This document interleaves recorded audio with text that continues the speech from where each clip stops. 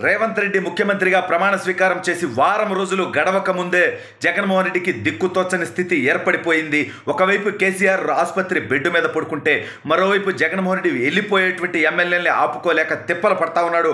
అసలు ఇంతకీ రేవంత్ రెడ్డి కొట్టినటువంటి ఆ సంచలనమైనటువంటి దెబ్బేంటి, దీనికి వీళ్ళ రియాక్షన్ ఏంటి అనేది ఈ వీడియోలో వివరించబోయే ముందుగా ఇప్పటివరకు మన ఛానల్ సబ్స్క్రైబ్ చేయని వాళ్ళు ఖచ్చితంగా సబ్స్క్రైబ్ చేయండి, మరో 10 మందితో చేయించండి. ఇక విషయానికి వస్తే రేవంత్ రెడ్డి అసలు ముఖ్యమంత్రే కాడు అనుకున్నాడు. కాంగ్రెస్ పార్టీ అధికారంలోకి రాదు, వచ్చిన రేవంత్కి అయితే అవకాశం లేదు అనుకున్నారు. కానీ వీళ్ళందరి ఊహలు పటాపంచలు చేస్తూ తెలంగాణ ప్రజానీకం మొత్తం రేవంత్ రెడ్డి వెనక నిలబడింది. చివరికి రేవంత్ రెడ్డి ముఖ్యమంత్రిగా ప్రమాణ స్వీకారం చేశాడు. అక్కడే జగన్మోహన్ రెడ్డికి గుబులు మొదలైంది, భయం మొదలైంది. ఎందుకంటే రేవంత్ రెడ్డి ముఖ్యమంత్రి కాకూడదని యజ్ఞాలు, యాగాలు, పూజలు, పురస్కారాలు టైపులో చేసినటువంటి వ్యక్తే జగన్మోహన్ రెడ్డి. ఎందుకంటే జగన్మోహన్ రెడ్డి ఆస్తులు అక్కడే ఉన్నాయి, వ్యాపారాలు అక్కడే ఉన్నాయి. పైగా కేసీఆర్ మళ్ళీ ముఖ్యమంత్రి అయితే ఆంధ్రాలో తాను ముఖ్యమంత్రి అవ్వటానికి సహకరిస్తాడు, ఈజీ అవుతుంది అనుకున్నాడు. గత ఎన్నికల్లో అలాగే చేశారు ఇద్దరు. డబ్బు సర్దాడు, కులాల మధ్య చిచ్చు పెట్టాడు, తలసాని లాంటి బ్రోకర్లను పంపించాడు ఆంధ్రప్రదేశ్కి. అయితే ఈసారి కూడా అలాగే జరుగుతుందనుకున్నాడు జగన్మోహన్ రెడ్డి. కానీ అతను ఊహించిన విధంగా రేవంత్ రెడ్డి ముఖ్యమంత్రి అయ్యాడు.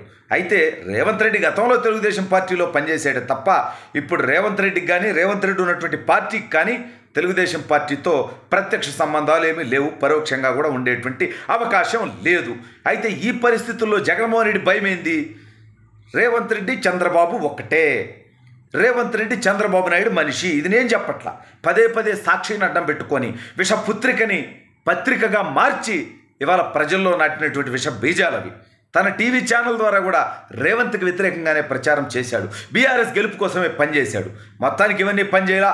రేవంత్ రెడ్డి ముఖ్యమంత్రి అయ్యాడు, ముఖ్యమంత్రిగా ప్రమాణ స్వీకారం చేసి ఒకరోజు గడవక ముందే తెలంగాణ కాకా ఏది రిటర్న్ గిఫ్ట్ అని మురిగినోడు చివరికి ఆసుపత్రి బెడ్ మీద పడుకున్నటువంటి పరిస్థితి. సరే, వయసు రీత్యా, అనారోగ్య రీత్యా వాటిని ఏమి ట్రోల్ చేసేటువంటి ప్రయత్నం మనం చెయ్యము. కానీ చాలామందికి వచ్చిన అనుమానం ఏంటంటే ఇదంతా డ్రామా ఏమో, సింపతి క్రియేట్ చేసుకోవటానికేమో, అసెంబ్లీకి రాకుండా ఎగ్గొట్టడానికేమో అని రకరకాల పుకార్లు వస్తాయి.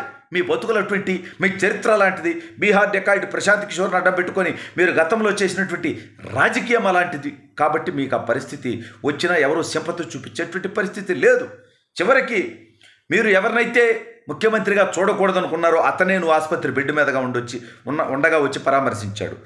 నువ్వు ఎవరినైతే ఓడగొట్టానని విర్రవీగి రిటర్న్ గిఫ్ట్ ఇచ్చానని చంద్రబాబు నాయుడు గారికి చెప్పావో అతను నువ్వు ఆసుపత్రి బెడ్ మీద ఉన్నప్పుడు వచ్చి పరామర్శించాడు. నువ్వు ఏ గవర్నర్నైతే నేను ఆవిడని గౌరవించను అన్నావో ఆవిడ నువ్వు ఆసుపత్రి బెడ్ మీద ఉంటే ఆవిడ పరామర్శించారు. చివరికి కేఏ పౌల్ ఒక పొలిటికల్ జోకర్, అతను కూడా నిన్ను పరామర్శించేటువంటి పరిస్థితి. సరే, ఇది వేరే విషయం. మనం జగన్మోహన్ రెడ్డి టాపిక్కే వద్దాం. ఆంధ్రప్రదేశ్లో కాంగ్రెస్ పార్టీ ఈసారి బలంగా పోటీ చేయబోతుందని షర్మిల అక్కడ ఏపీసీసీ ఆంధ్రప్రదేశ్ కాంగ్రెస్ కమిటీ అధ్యక్షురాలిగా పదవి తీసుకోబోతున్నారని, అదేవిధంగా అనేక మంది బాలినేని శ్రీనివాసరెడ్డి దగ్గర నుంచి, అంటే జగన్మోహన్ రెడ్డి మీద అసంతృప్తితో ఉన్నటువంటి వ్యక్తి, చివరికి ఆళ్ల రామకృష్ణారెడ్డి దాకా ఈ మధ్యలో దాదాపు జగన్మోహన్ రెడ్డితో అసంతృప్తి ఉండడమో, జగన్మోహన్ రెడ్డి వల్ల అవకాశాలు రాకపోవడమో, లేదంటే జగన్మోహన్ రెడ్డి ఓడిపోతాడు కాబట్టి ప్రత్యామ్నాయం చూసుకుందాం అనుకున్నటువంటి వాళ్ళు దాదాపు 50 మంది వైసీపీ శాసనసభ్యులు, మాజీ శాసనసభ్యులు, వైసీపీ కీలక నాయకులు షర్మిలతో టచ్లోకి వెళ్ళి కాంగ్రెస్ పార్టీలో జాయిన్ అవుతామని మంతనాలు జరుపుతున్నట్టుగా తెలుస్తోంది. ఒకవైపు రేవంత్ రెడ్డి రంకుమొగుళ్ళ తగులుకొని మరోవైపు డీకో శివకుమార్ తగులుకుంటే జగన్మోహన్ రెడ్డి పరిస్థితి ఏంది? ఒక 5-6% ఓట్లు వచ్చిన కాంగ్రెస్ పార్టీకి మొత్తం జగన్మోహన్ రెడ్డికే బొక్క కదా. అందుకే కదా జగన్మోహన్ రెడ్డి దొంగ ఓట్లు పెట్టి అన్న ఎలక్షన్లో గెలవాలనుకునేది. సిగ్గు లేకుండా నేను ఒక వైసీపీ నాయకుడు అంటాడు 40 లక్షల ఓట్లు తెలుగుదేశం పార్టీ దొంగ ఓట్లు పెట్టిందట. అధికారంలో ఉన్నది మీరు, వాలంటీర్లు ఉన్నది మీకు, లేదంటే వీఆర్ఓలు మీ పని మీరు చెప్పిన పని వింటారు, ఎంఆర్ఓలు మీరు చెప్పిన మాట వింటారు, సచివాలయ ఉద్యోగులు మీ బానిసల్లా పనిచేస్తున్నారు చాలామంది. ఇవాళ కొంతమంది నిజాయితీ పరులు ఉన్నారు, అన్ని సెక్షన్స్లో ఉన్నారు, వాలంటీర్లలో కూడా మార్పు వచ్చింది, అది వేరే కథ. బట్ ఇన్ని వ్యవస్థలు మీ చేతిలో పెట్టుకుంటే తెలుగుదేశం పార్టీ 40 లక్షల దొంగ ఓట్లు జాయిన్ చేసిందా? మీరేమి గడ్డి బిగుతున్నారా? లేకపోతే గుడ్డి గుర్రానికి ఏమైనా పళ్ళు దోముతున్నారా? సిగ్గులేనటువంటి మాటలు మాట్లాడితే ప్రజలు మహాన ఉమ్మేస్తారనేటువంటి ఆలోచన, భయం, ఆందోళన కూడా మీకు లేదు కదా. సరే, ఇప్పుడు అదంతా వదిలేద్దాం. రేవంత్ రెడ్డి కాంగ్రెస్ పార్టీ ప్రచారానికి కనుక ఆంధ్రప్రదేశ్కి వస్తే ఖచ్చితంగా ఆ ఎఫెక్ట్ జగన్మోహన్ రెడ్డికి ఐరన్ రాడ్డులా దిగుతుంది.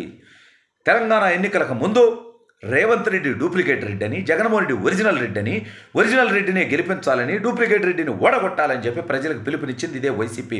ఊర కుక్కలు పేటీఎం డాగులు, పేటీఎం కుక్కలన్నీ కూడా. మరి వాళ్ళ ఒరిజినల్ రెడ్డి ఎవడు?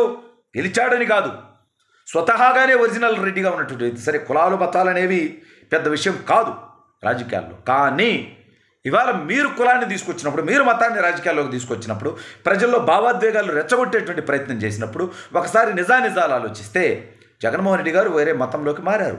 ఆ మతంలో ఏ కులం ఉండదు. అంటే జగన్మోహన్ రెడ్డి గారు రెడ్డి సామాజిక వర్గానికి సంబంధించినటువంటి వ్యక్తి కాదు కాదు కాదు. రేవంత్ రెడ్డి ఒరిజినల్ రెడ్డి.